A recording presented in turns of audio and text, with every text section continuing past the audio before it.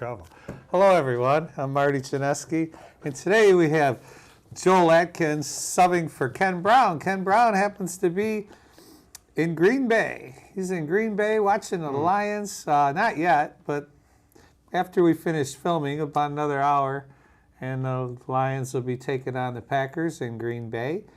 I think it's great he made the trip. I actually have a couple buddies that made the trip. I didn't know Ken was such a glutton for punishment, but I hope he has a fun trip. Yeah, you know, I'm not exactly sure why he's going. I said, well, he's a big Green Bay fan. Oh, he's a big Green Bay fan. Yes. Okay, well, that changes the whole equation. It's so easy. I say this all the time. The other Ken was a huge Green Bay fan, and I'm sorry, it's too easy to be a Green Bay fan or Mr. Purdue, a Steeler fan. Okay, that's too easy. Okay, you're born in Detroit, a Lions fan, had season tickets during the Barry days. You know, it's hard to be a Lions fan. I was at that only playoff game they ever won, by the way, when they slapped Dallas around 31-6 or something to that effect. Many moons ago. Yes, I was younger. Me too. I remember that game. Yeah, but at least in the Barry Sanders years, there was hope. There's not been a lot of hope in Lions football in I'd say 20 years now. I mean, they had talent at times, Matthew Stafford and Calvin Johnson and a few others, but the ownership has never changed. It's been the one constant since, 1960? And it never will. There's no way that they're about to sell. You make too much money. Each team gets $400+ million before they even hike a ball, you know, from the television contracts alone. Yeah. So they're never going to sell. So people can stop worrying about the Fords are never going to sell the Lions. Okay? I have good friends who are diehard Lions fans, and I actually have to temper my glib comments on social media for them because I'm just like, guy, what? It's almost a cult at this point. Like, the franchise is dreadful. Yes. Hey, new coach, new era, new team. Yeah, every 5 years. New coach, That's right. new era. That's right. New slogan. New hope. What the heck? I ain't buying it. I'm not drinking that Honolulu Blue Kool-Aid. You're not, but No. he's got the cup. That's just a tumbler. I keep to stay hydrated. There you go. All right. So we're on football. We had to talk high school sports. It is local sports wrap-up, but the Lions are local. Let's start with the scores from last week. Wynot got by Taylor, was it? Yep. Yeah. 17-6. 17-6. You were at the game, obviously, filming it. Tell us something I don't know. I started to watch it was on the channel, cable channel, and I started to watch. I got about 10 minutes of it, and it was the middle of the game. It was 7-0, and I just kind of had to do something else. It was going into the game, even with Wyandotte having a smaller roster than they've had the last several years, I expected them to come out and smack them right in the mouth. This Taylor team is not a good team. I mean, you look at the box scores from their previous several weeks, will tell you they don't have much of an offense. And, you know, through the first quarter, it was 0-0. And the Bears did take a 7-0 lead, I believe, into the half. But it was one of those games where both teams were shooting themselves in the foot with penalties. There were a couple of big plays. Bears even had a touchdown come back because of a penalty. So it was one of those games where it was kind of like, Wyandott's definitely outplaying them, but man, they should be ahead by a lot more. And you're just letting this team hang around and hang around. That could be dangerous. Didn't end up biting them, but in part that's because Taylor's offense their offense in particular was so inept.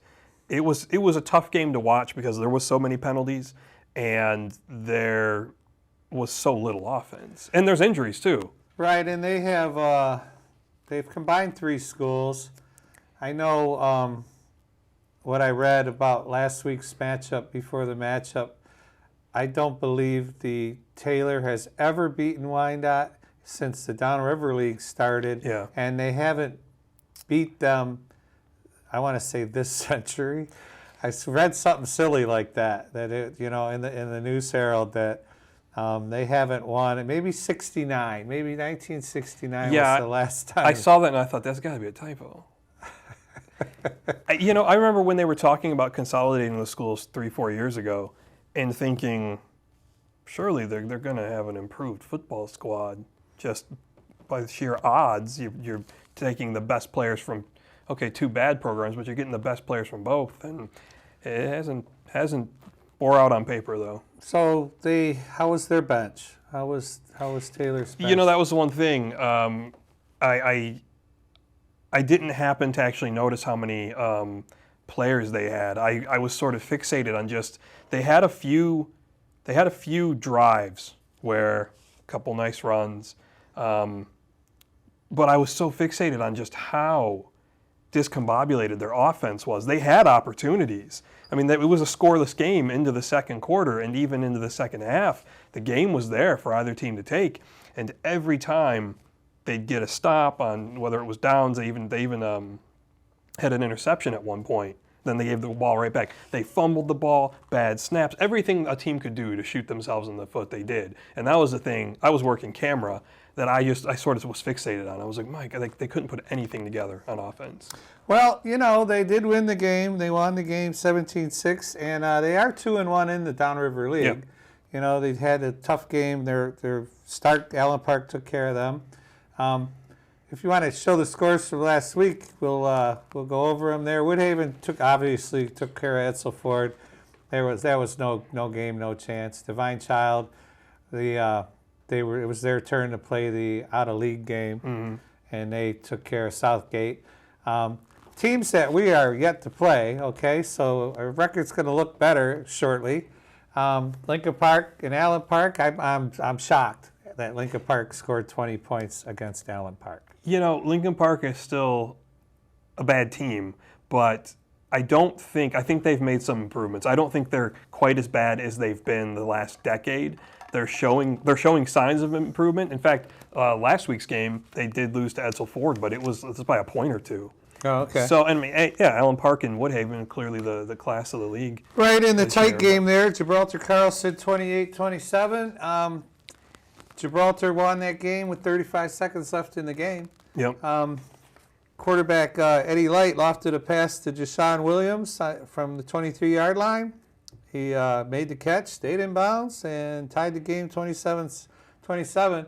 Now, interesting point that the kicker comes on, makes the extra point, drills the ball through the uprights, and it says here, an offsides penalty on Trenton forced him to kick again. Mm. How is that possible? You decline the penalty and you take the point. Unless it's a typo. I mean, it happens. But he kicked it again. He had to kick it again and make it again. Why would you not keep going offsides? Yeah, there must be something else Something's there. Not right there. Carlson's 3-1 Downriver League now, though. And they lost to the Allen Park. Yeah, the interesting thing there is the comments made by their relatively young head coach. This is mostly knowledge I gleaned from Coach Ron Adams. I think he's a new coach there. And, yes. Had some quotes in the paper before the season started, really boasting about his team. And then they got beat up by Allen Park pretty badly. It was a lopsided game. It's kind of those games like... They had them 14-7, though, and then Allen Park ran off 28 points. So it'll be interesting. Bears have them. They're going on the road to face Gibraltar Carlson. And just looking at the Bears' schedule, you've got this game against Gibraltar coming up, Carlson, and then you have the game against Woodhaven. To me, their season, unless they pull a surprise somewhere, their season looks like it's locked into 4-5 or 5-4. Bears. Yeah, and I think it's going to be, unless they pull a surprise, because looking at the schedule like you did, they should beat Lincoln Park when you look at these games on paper. Edsel Ford played a close one with Lincoln Park and then has been beat up a few times. So it's like, okay, they probably should beat them. I think Trenton's the one that's kind of the one up in the air.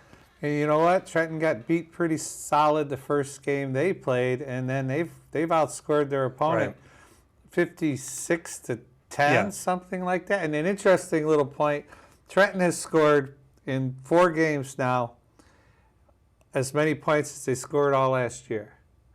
So their offense is better. That's that Hall of Fame guy that came in. That's right. Came in from Indiana or wherever. Well, now in that first game they lost, that was against Chelsea. That was like their non-league game, right? And Chelsea's like a perennial powerhouse. So, yeah, it's interesting, after the 0-2 start, that they've won the two to make it interesting again.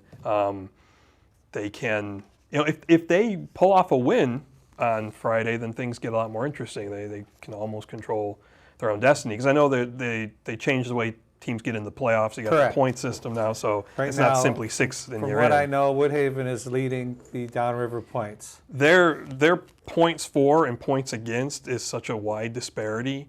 It's hard to see anyone beating them, but Allen Park probably be their biggest test. Big game this weekend. We're going to their games. There we go. Woodhaven is Allen Park and Woodhaven are playing. Big game, big game. And Wyandott's got to go to Carlson and play. Mm-hmm. That's going to be tough. Taylor Southgate, toss up. That's a tight line on that one.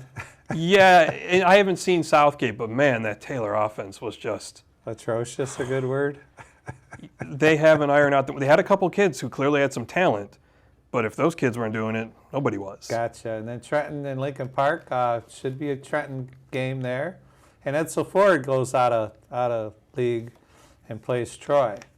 That's going to be a good week. They're going to sell out that first game, Woodhaven Allen Park. Yeah. There are going to be a lot of people at that one watching, and it's a big game. Let's not kid ourselves. Allen Park gets the upper hand on Woodhaven, and they're going to gain an awful lot of playoff points. I think it's fair to say that game is being looked at as the league title. Yeah, the league title. Yeah. Could be. A couple of the results that weren't on their local teams. New Boston Huron beat Monroe Jefferson 41-25. Carleton Airport 48, Grosville 7. They're struggling. They're having a hard time scoring points. There were the two Gabriel Richards, Ann Arbor and Riverview. We had it up there on the screen. It's 14-7. Ann Arbor over our local boys. And Cabrini's having a little bit of a problem too. They lost again. They lost to Clarkston 42-12. Melvindale got on the winning track 22-8.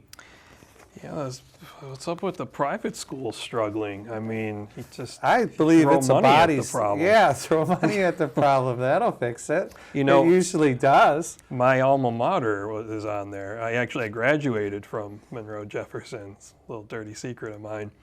Don't tell anybody. And I'm a little. Nobody watches this show. I'm a little surprised. In recent years, their football program doesn't seem to be doing terribly well. When I was there, it was football or bust, like year in, year out. Well, and as George has said, and I'm sure Coach Adams has said, the numbers, you can't get the bodies. Heaven forbid that it turns into a 7-on-7 game over time. Who knows? Yeah. I mean, Woodhaven, who knows? I don't know how many bodies they have, but you can just wear a team out. If you've got them 2-to-1 in bodies, no matter what the talent level, you can keep throwing people out there just to hit them. I don't follow it closely enough to really know, but I do wonder how much just increased education on concussions is starting to affect parents' decisions to let their kids play football. I know, speaking from a personal standpoint, I wouldn't let my son enter football. Like, I don't know what age the program start at. 8, 7, 8. Okay, so 9, my 10, son's 11, going 12. on 7. There's absolutely no way with what we know about concussions now that I would allow my son to do that. Well, so I have to think there's other parents who are equally as concerned. And I don't know the science behind it. Don't quote me. Email me, in fact, at Local Sports Wrap Up if you want to correct me. Yeah, but concussion specialist. Yeah, the concussion specialist. But at that 7, 8, they're probably not going the record speeds that causes the interior of the brain to shift from the skull, which basically is what a concussion is. I've been knocked around a few times in my life before concussions were even a thing. Yeah. Sniff this, go back out there kind of thing. What? I was surprised. What year are we in? Was it Brett Favre? I was on his podcast recently. He it was kind of like a PSA for parents. He was asking, don't let your kids play football until they're 14. That so makes sense. Yeah. I have no doubt that has to be having some effect on the enrollment numbers for Without these a doubt, teams. without a doubt. Couple of, let's go to the swimming stuff that I have. Trenton got a new swimming pool, and it's a deluxe swimming pool. They opened it up last Thursday. It's called the James Lawrence Natatorium. Yeah. I did not know swimming pools were called Yeah. natatoriums. I know auditoriums and planetariums and Sure. stuff like that. But it's an 11-lane pool. Their previous pool was only 6 lanes.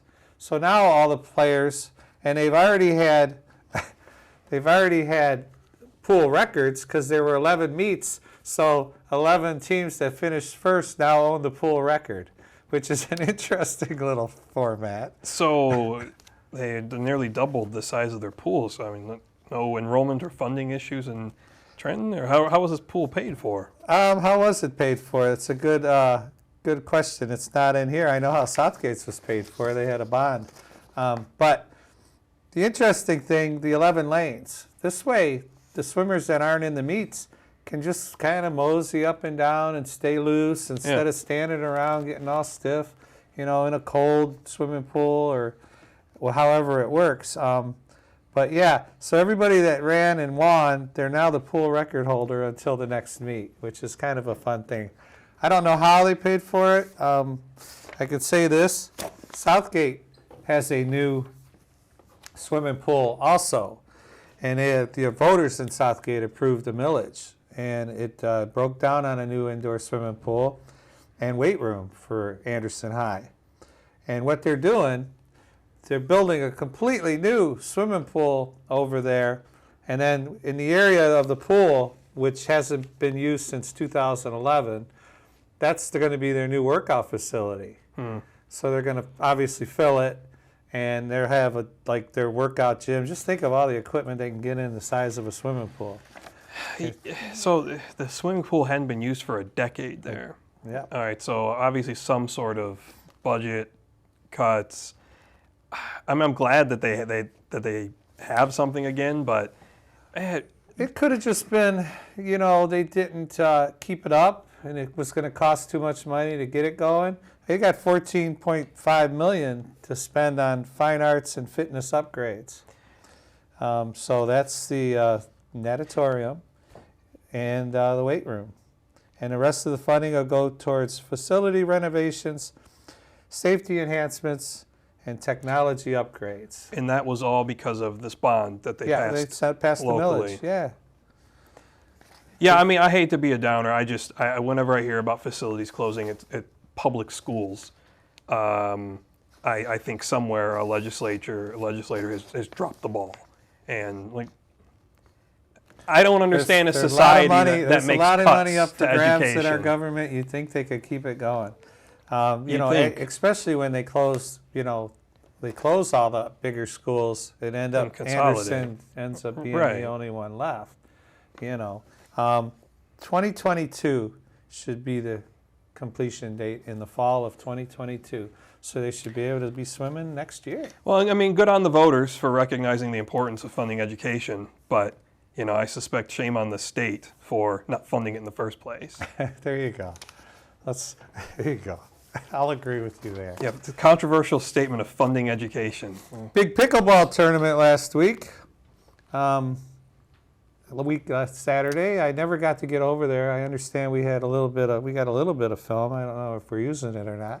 But the upper division, I got the gold medal winners for Marvin Moore and Tim Radford.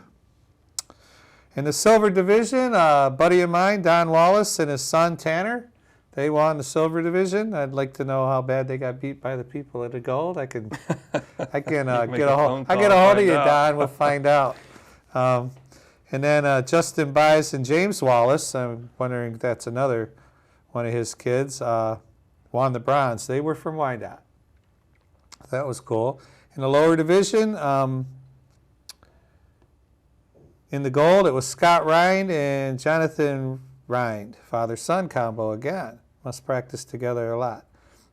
Silver division, Dwayne Little, or silver medal, Dwayne Little, Steve Week. And in the bronze, Darlene Jacobs and Ann Cook. So, a couple of women got in there. That's good to hear. The rec department was out at 7:30 in the morning. When he got there, they were already blowing off the field and cleaning up everything around it. He wants to thank them for the clean restroom. Tom Snyder does. Garbage cans were emptied. And your entry fee covered the racing. They got some donations, so they got about a grand. They got about $1,000 for everybody to play, and it's this way they'll have a box there that they can sweep off the field. So it worked out well. I mean, that's why they host these things, so they can get some spending money. I didn't hear the mayor's name on there. I know he's a big pickleballer. Was he? He didn't. Yeah. Or is he? He is. He was out there. Well, he was out there blowing off the court first thing in the morning, I guess. That's who he said was doing it. Yeah, Desena, right? He was. Yeah. He was out there with his electric blower blowing off the courts first thing in the morning. So good, kudos to the mayor. Yeah, no, it's interesting to see how popular this sport's become in the last few years. And it's good because, I know you'll laugh at me because we always do this when it's someone younger than us, but I'm approaching 40, and there's days I feel terrible. There's some days, and I just think it's so important for people to have an array of options to stay active, because when I'm active, even just simple stretching, I feel a world of difference. Oh, without a doubt. And when I'm not doing these things, I'm not looking forward to it. And 60. When I don't do these things, I feel awful. Like, put me in the grave. I like to golf. I'd be playing pickleball, but I have no copious spare time just yet. Maybe when I retire. I mean, bowling's going to start up. I'm going to have to coach that. And, I'm not going to have to coach that. I am coaching that. But when I golf, I try to walk. Yeah. And sure. And my course is literally 5 miles. What do you usually play at? 7,000 yards. Well, I'm fortunate enough to be a TPC member over there. So that's not a flat walk either. It's a long story. I bartered it to get started, and now they love me there because I'm their trophy guy. So what kind? Are you a good golfer? No. I'm a 17 handicap. So you an angry golfer? No, not at all. I get upset with myself, but only 60% of the time I hit it pretty good. I lost one of these once while golfing because I got so angry. Oh, I don't throw clubs or any of that. I just throw it. I just reach in my bag and get another ball. It was a rough day. And then lose another one and reach in my bag and get another ball. I have a public service announcement to make. And listen up, everybody out there. Melvindale Northern Allen Park Public Schools is the second downriver school district to start the new school year without general education bus service due to bus driver shortage. Okay, this affects a lot of school districts. Grosville was the first one to not have enough bus drivers, only because they had 2 retire. Now, I guess it's a good job for a guy not doing much, but now Belvedere, they had 4 people retire, and you can't blame them. The reason is COVID, and a crowded bus full of kids, and who don't rightfully care about COVID. I wouldn't think as a young age. We were indestructible as kids. I believe they would probably feel that way too, but. Yeah, I mean it's a big problem to have. Now I don't know what they pay, but not enough. Well, clearly, correct. Yeah, it's not only is there a pandemic, but not enough bus drivers is a bad thing. And they only needed a couple to keep Grosville going, and 4 of them retired from Melvindale, and they don't have enough now. Special ed and all that, they still have their buses. And I believe they're still going to have buses for the sports teams. I'm not sure how that works. This was the only thing I noticed when I was playing around. And I want to thank the News Herald site for where I get a lot of my info an hour before we do this. Contact me, Local Sports Wrap-Up, if you have anything you want to correct me on. We have been getting like 2 emails a day. but they're from Google. Oh, okay. I want to make a comment on this. Go right ahead. I will never understand. Well, I'll say it this way. There is no good reason that we should have to read stories like that. There's only one reason, and it's greed. Fund education. Pay your people. It's that simple. Well, if you want to listen to the higher ups, the lottery's doing that. How's that working out? I'd like to see those books. Yeah, because there's a huge general fund that lottery pool money goes in, but they harping on the commercials all the time. Sure. You know, gamble and let's save the schools. But you're right. You know, that money's got to go to a certain spot first, and it doesn't. I'll agree with you there. No, it clearly doesn't. Like, we need to invest in our future. Like, we hear so much empty words about, oh, the children are our future. Okay, then put your money where your mouth is and fund the schools. Pretty simple. I'm going to get Joel his own show, and it's going to be, we're going to have a lot of fun with that show, Joel. It upsets me when these things are unnecessary. There's no without a reason there doubt. should be shortages of bus drivers and kids I'm on can't your get side. to school. I'm on your side. Let's fund the things that count. As we wrap up, we run out of time. Get a hold of us, Local Sports Wrap Up. Watch us on YouTube. By the way, today is September 20th. I didn't say that. It is a Monday. The Lions are playing. Miggy, it looks like Miggy's not going to make it. He'll make it next year, early in the season. All them April tickets will be popular when it's 42 degrees at Comerica Park. He hit one in the snow on opening day. Oh, yes, he did. I was supposed to be at that game. It was snowing sideways, too. So we will see you I won't see you in a week. I'm going on vacation, but we'll get Ken Brown in here, and we'll get him, if I have to get him a guest, or if Joel sits down with him, that'll be a fun day, too. But anyway, I'm Marty Janeski. Joel, thanks for sitting in. No problem. He's usually behind the camera. I want to thank him. I want to thank the ladies in the room, Caroline and Barb, and Alex. Alex. Don't recognize him. Just met him. So anyway, hi, Mom. Mom's doing all right, and we'll see you next week at Local Sports Wrap Up. But I won't. I'll be somewhere really warm.